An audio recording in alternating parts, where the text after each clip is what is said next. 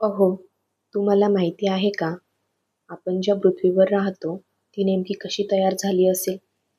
आज आपण जाणून घेणार आहोत पृथ्वीच्या जन्माची थक्क करणारी गोष्ट.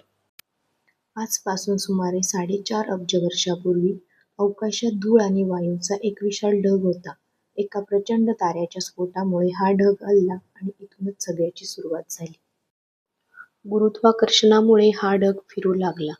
मध्यभागी सगळा पदार्थ एकत्र आला आणि तयार झाला आपला सूर्य. उरलेली धूळ सूर्याभोवती फिरू लागली.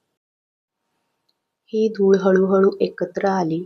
छोटे कण, दगड, मोठे खडक, अनेक टकरांमधून एक मोठा गोळा तयार झाला. हीच होती सुरुवातीची पृथ्वी. एकदा थिया नावाचा मंगळा एवढा ग्रह पृथ्वीवर आदळला. या प्रचंड धडकेत उडालेल्या तुकड्यांपासून चंद्र तयार झाला. होय, आपला चंद्र एका अपघातातून जन्मला. पृथ्वी थंड होत गेली.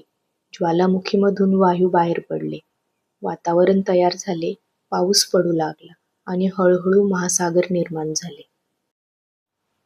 यानंतर समुद्रात सूक्ष्म जीवसृष्टी निर्माण झाली आणि इथूनच सुरू झाला जीवनाचा अद्भुत प्रवास.